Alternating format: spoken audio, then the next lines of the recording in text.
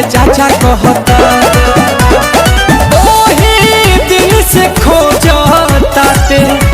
रोवता चिल्ला के ओही दिन से खोजता ते रोवता चिल्ला के सोझा सा बकाई साफा कहता लड़का तोहर के पापा कहता कि हमरा सैया जी के चाचा कहता कि लड़का तोहर के पापा कहता।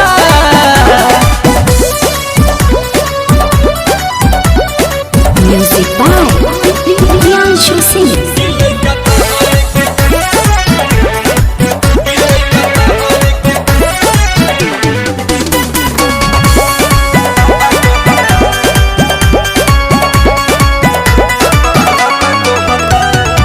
केतन मलाई दूध पीली धराई तनिको नहीं चुपाला हो सासु ननद गोतिन देवर के छोड़ सैया के कोहरा न जाला हो केतन मलाई दूध पीली धराई तनिको नहीं चुपाला हो सासु ननद गोतिन देवर के छोड़ सैयों के कोरा न जाला हो रही जात मन हमर भीतरे लजा के अपने देरी में कातू गईला सिखा के खाए के गोलगप्पा कहता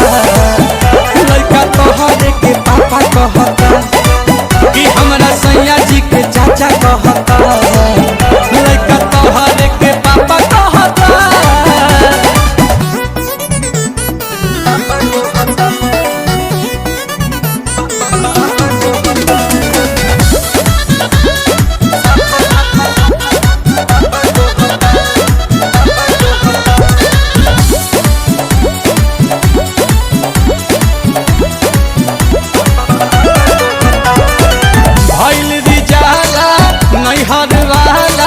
लागता कि भेद खोलवाई हो विपत के घड़ी गोविंद खड़ा ही कहरी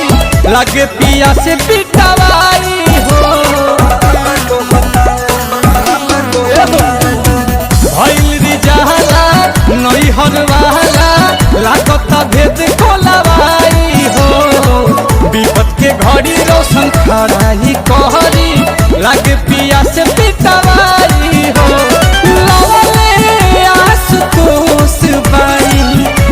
गजबे के धान सोना पे पताई जला नीलकमल के गाना हमरा इज्जत पर धापा रहता